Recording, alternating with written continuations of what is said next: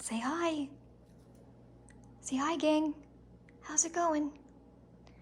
All right, guys, Callie the dog trainer here with Minnie and Zeus.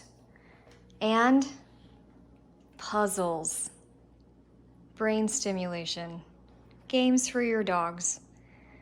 There are a variety of these that I have found on Amazon. I know that pet stores will carry them, and they can be a way to relieve boredom and give your dog something fun to do. Some of these things say that they are used in place of like a slow feeder bowl, which maybe you could do that too. But I wanted to show you a variety of things that I ordered. And I'm sure if you've watched any of my other videos, you have heard that Zeus and Minnie have different skills. Minnie is pretty clever. Zeus is really sweet. Not so clever as he's sniffing my shoes.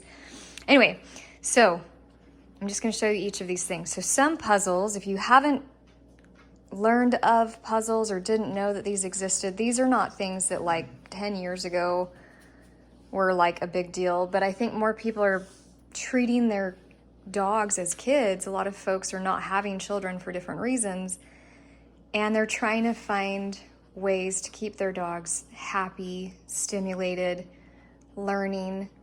And so some of these puzzles are just going to simply have things that are open that the dog can get. And obviously they can smell, and I've put kibble in all of these just to kind of prep them. They can smell stuff and they can move things to try to eat those. And some of them are fairly simple. Some of them get a little bit more challenging, where you might have to move this to get that, and then you have to move this over here so that you can move this up here so you can get that.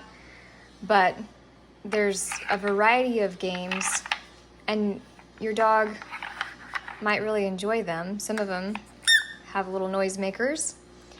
This one seems to me like fairly simple because it's just moving these little items down a path, which is great.